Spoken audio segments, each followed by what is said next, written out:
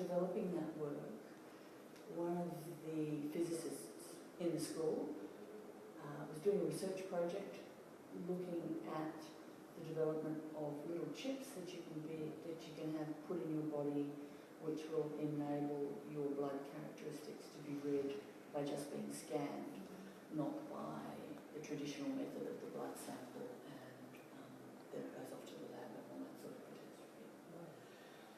So I've always, a lot of my work about Dad was about blood because his operation was trying to repair two aneurysms and it failed, and there was lots of internal bleeding and lots of blood donation, lots of blood transfusion, lots of topping up of the quantity flowing around. And he was in intensive care for a long, long time, 4.5 months, and one of the daily routines in intensive care is they take a blood sample and they give you a chest x-ray. So it was that sort of way about the domestication of practices such as blood sampling and really lots of things to do with the blood, the way blood is treated within hospital systems. When I came across this physicist, I really started to think of silk as a different way of seeing. So in the traditional way blood is looked at, it's taken out, made visible to the eye, and then it's made visible through a whole lot of laboratory testing, what the properties of it are. Whereas what this guy's trying to do is to use silk to make visible the properties of blood in a different manner. So I started to work with silk as a means of limiting vision, traditional vision, but also as a way of trying to describe other forms of seeing that aren't necessarily vision-based. So it's a way of disrupting a normal visual experience. Originally, I used the silk paper to cover vitrines in the little museum in the School of Physics foyer, and then I became more and more obsessed with the materiality of silk and that whole way of it wrapping the body and also hiding and also exhibiting the body. So how a material or how a construct of something can do supposedly ambiguous and also contradictory things at the same time.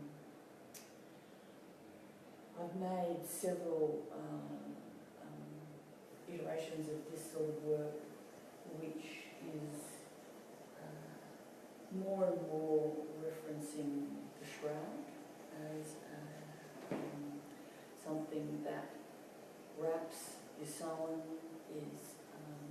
but is also impacted upon by the body. And in this shape, it's also referencing the insect cocoon or chrysalis. So which is the point of transition. So it's interesting looking back on my work, and I really spent a bit of time. I just did an artist residency in Istanbul, and there I spent a bit of time looking at my work, and I realised more and more that it's the points of transition that are what I really have always tended to focus on. So in the works that I did about Dad, it's not so much about the actual form of death, it's the point of transition where in one shift he bled out 23 units of blood, and then, so it's that transition of that's in the body, then it's out of the body. This for me is about the transition from one form to another, whether it's the body, the absence of presence of the person within the body, or the body from one form to another. And that's it. And how do you make it? How do I make it? Do you buy it? No, I make it. make it. I have to get a big enough space to make it in. So it's like a As soon as I saw his process, studio, or- I was thinking, Oh. I don't like to use this space. It's big enough. It's nice and long. You should have a cure. Yes. Yeah. Is it like working with felt where you're layering and What I buy is a raw material is called silk lac. okay. It's actually used in making quilted silk.